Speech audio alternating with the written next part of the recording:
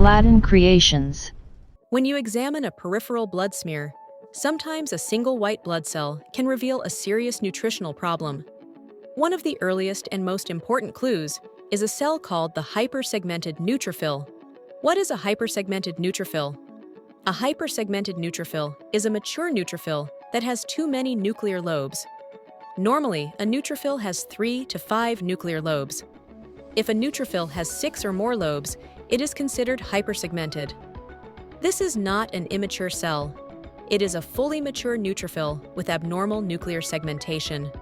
How to identify it on a blood smear? On a peripheral smear, the nucleus appears oversegmented. Thin chromatin strands connect multiple lobes. Cytoplasm usually looks normal without toxic granule. Important diagnostic rule: if more than 5% of neutrophils have 5 or more lobes, or any neutrophil has 6 lobes, hypersegmentation is significant. Why do hypersegmented neutrophils occur? The main cause is defective DNA synthesis. Neutrophils normally divide and mature in the bone marrow. When DNA synthesis is impaired, nuclear maturation is delayed, but cytoplasmic maturation continues normally. This leads to normal cytoplasm, abnormally segmented nucleus. Clinical conditions associated hypersegmented neutrophils are classically seen in vitamin B12 deficiency, folate deficiency, megaloblastic anemia.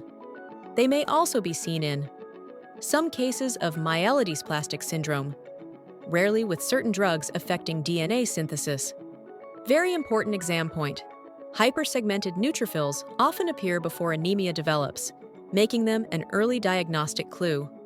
Clinical importance: finding hypersegmented neutrophils should prompt serum vitamin B12 testing, serum folate testing, evaluation for causes of malabsorption or nutritional deficiency.